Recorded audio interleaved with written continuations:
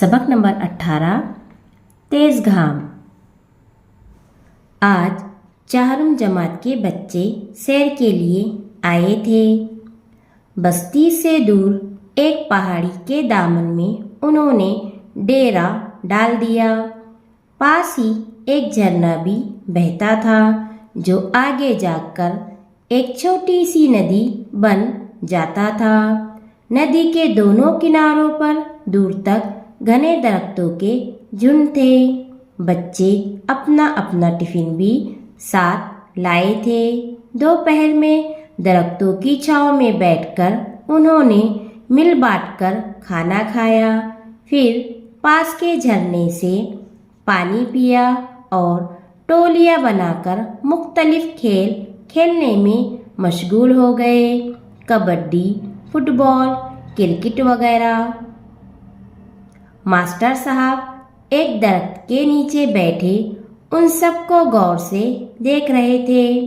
उन्होंने देखा कि आसिफ को कोई भी अपने साथ खेल में शामिल नहीं कर रहा है।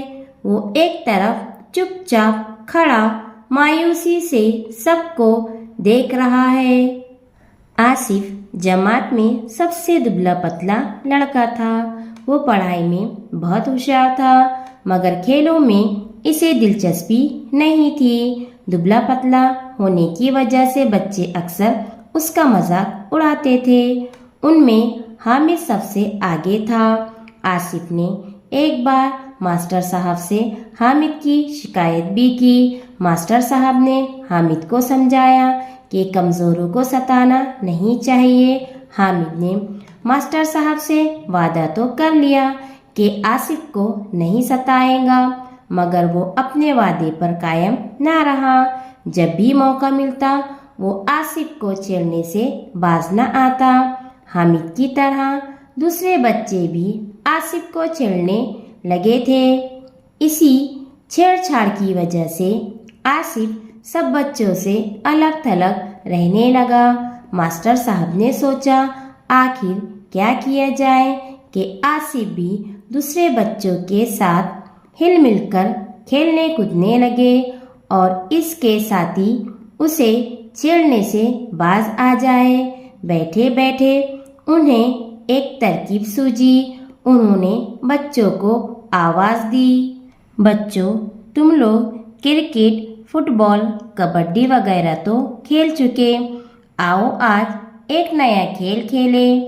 नए खेल के नाम पर सब बच्चे शोर मचाते हुए मास्टर साहब के गिर्द जमा हो गए। उन्होंने कहा, देखो वो सामने टेकरी देख रहे हो? बच्चों ने कहा, हाँ देख रहे हैं। मास्टर साहब बोले, उस टेकरी के ऊपर एक बड़ा सा पीपल का दरख्त भी नजर आ रहा है। बच्चे एक साथ बोले, जी हाँ नजर आ रहा है। तो सुनो, जो बच्चा सबसे पहले टेकरी पर चढ़कर उस पीपल के नीचे से एक पत्ता उठाकर लाएगा वो हमारी जमात का तेज घाम लड़का कहलाएगा। एक बच्चे ने पूछा, तेज घाम यानी क्या? मास्टर साहब बोले, तेज घाम यानी तेज चलने या तेज दौड़ने वाला। ये सुनते ही सब बच्चे जोश में आ गए और फौरन मुकाबले के लिए तैयार हो गए। मास्टर साहब ने सब बच्चों को एक कतार में खड़ा किया और कहा, मैं जो ही सीटी बजाऊंगा तुम लोग दौड़ना शुरू कर देना। बच्चों ने जल्दी जल्दी गर्दन हिलाई।